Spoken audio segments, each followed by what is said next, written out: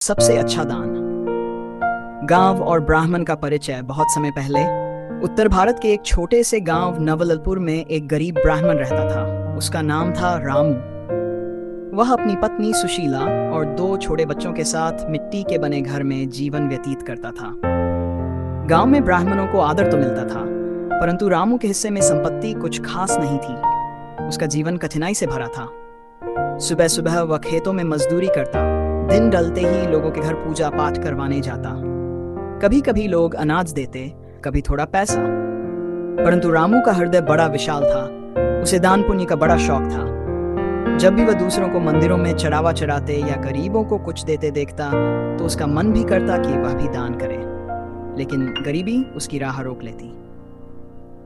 रामू की इच्छा और पत्नी का प्रश्न। एक दिन शाम को रामू घर आया। उसकी आंखों में चमक थी। उसने पत्नी से कहा, सुशीला, मैं सोच रहा हूं कि हमारे पास जितना थोड़ा अनाज है उसमें से भी कुछ दान कर दूं। यह भगवान की पूजा से भी बड़ा पुण्य है। क्या कह रहे हो रामू? हमारे बच्चे भूख से रोते हैं, तुम्हारे पास काम कम है और तुम दान करने की सोच रहे हो। रामू मुस्कुराया। हाँ, मैं जानता हूं कि हमारे पास बहुत कम है, लेकिन दान का मूल्य उसकी मात्रा से नहीं बल्कि भावना से होता है। अगर हम भूखे को एक रोटी भी खिला दें तो वही सबसे अच्छा दान है। पत्नी चुप हो गई। उसे लगा कि रामू पागलपन कर रहा है, परंतु उसके शब्दों में गहराई थी। पहला दान। अनाज का हिस्सा। अगले दिन सुबह रामू ने घर में रखे अनाज का एक छोटा भाग अलग किया। उसने उसे एक थैली में डाला और पड़ोस के उस गरीब परिवार के घर गया जिनके घर में कई दिनों से चूल्हा नहीं जला था।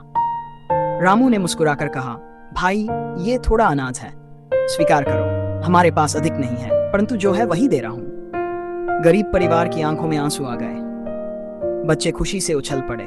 रामू घर लौटा तो उसका मन बहुत हल्का और प्रसन्न था। उसने पत्नी से कहा, आज मुझे लगता है कि मैंने सबसे अच्छा दान किया है। भगवान भी प्रसन्न होंगे। धीरे धीरे परिवर्तन। समय बीतने लगा। रामू ने जैसे ही दान की आदत डाली, वैसे वैसे उसके जीवन में धीरे धीरे परिवर्तन आने लगा। उसकी मेहनत रंग लाने लगी। लोग उसकी ईमानदारी और भक्ति देखकर उसे अधिक काम देने लगे। धीरे धीरे उसकी आर्थिक स्थिति सुधरने लगी। अब वह और अधिक दान करने लगा। कभी मंदिर में अन्नदान, कभी सड़क पर भिखारियों को भोजन, कभी जरूरतमंद को कपड़े। गांव वाले उसे आदर से देखने लगे। संत का आगमन और गहन प्रश्न। एक दिन गांव में एक वृद्ध संत आए। उन्होंने देखा कि लोग रामू की बहुत प्रशंसा कर रहे हैं। संत ने रामू को बुलाया और कहा, बेटा, सुना है तुम बहुत दान करते हो, पर क्या तुम जानते हो कि दान का असली अर्थ क्या है? रामू ने हाथ जोड़कर कहा, गुरुदेव, मैं तो इतना जानता हूं कि दान से भूखों का पेट भरता है और भगवान प्रसन्न होते हैं। संत मुस्कुराए। दान का महत्व केवल देने में नहीं है, यह भी महत्वपूर्ण है कि तुम किस भाव से देते हो, किसे देते हो और क्यों देते हो। दान का उद्देश्य दूसरों की मदद करना ही नहीं, बल्कि अपने भीतर का लोभ, अहंकार और स्वार्थ मिटाना भी है।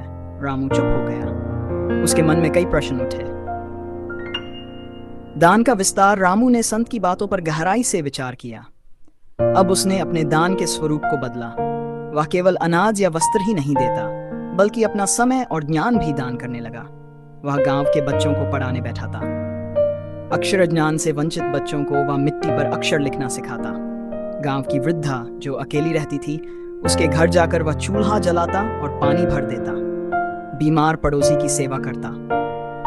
अब गांव में लोग कहते, रामू केवल वस्तु नहीं बल्कि अपना जीवन दूसरों के लिए अर्पित कर रहा है। भिखारी से मुलाकात। एक दिन दोपहर को जब रामू अपने खेत से लौट रहा था तो रास्ते में उसे एक भिखारी मिला। भिखारी बहुत कमजोर और बीमार था। उसके कपड़े फटे हुए थे और शरीर कांप रहा था। उसने करुण स्वर में कहा, बाबा, कुछ कई दिनों से भूखा हूं। रामू ने अपनी पोटली में देखा। उसमें केवल 2 रोटियां थीं जो उसने खेत में खाने के लिए रखी थीं। उसने बिना सोचे दोनों रोटियां भिखारी को दे दी। भिखारी की आंखों में आंसू आ गए। उसने कहा, बेटा, तुमने मुझे जीवन दान दिया है, यह सबसे बड़ा दान है। रामू घर लौटा। भूखा था, लेकिन उसका मन अपार शांति से भरा हुआ था। पुनर्जन्म पर चर्चा। कुछ दिनों बाद रामू फिर से उस संत के पास पहुंचा। उसने पूछा, गुरुदेव, क्या दान करने से हमें मोक्ष मिल सकता है? संत ने शांत स्वर में कहा, पुत्र, दान एक पुण्य कर्म है। यह हमारे मन और आत्मा को शुद्ध करता है।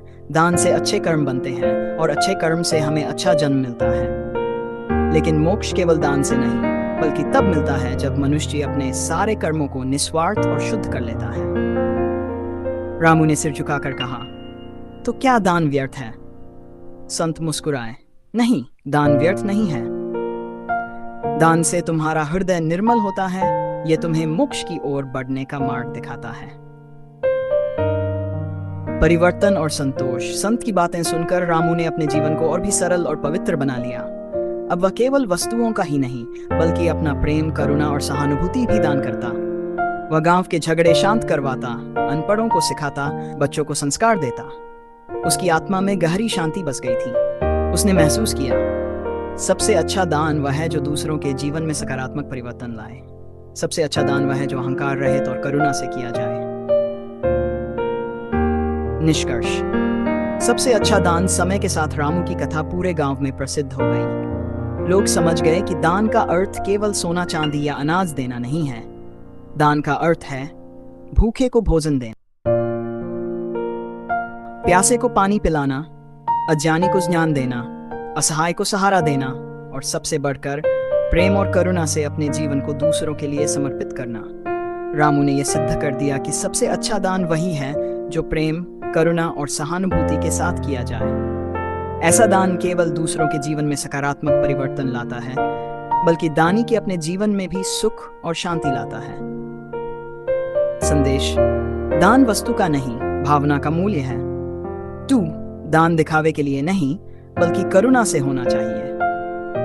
सबसे बड़ा दान है समय, ज्ञान, सेवा और सहानुभूति का दान। दान से आत्मा शुद्ध होती है और हमें अच्छे कर्मों का फल मिलता है। दान हमें मोक्ष की ओर ले जाता है, क्योंकि यह स्वार्थ को मिटाकर निस्वार्थ प्रेम जगाता है।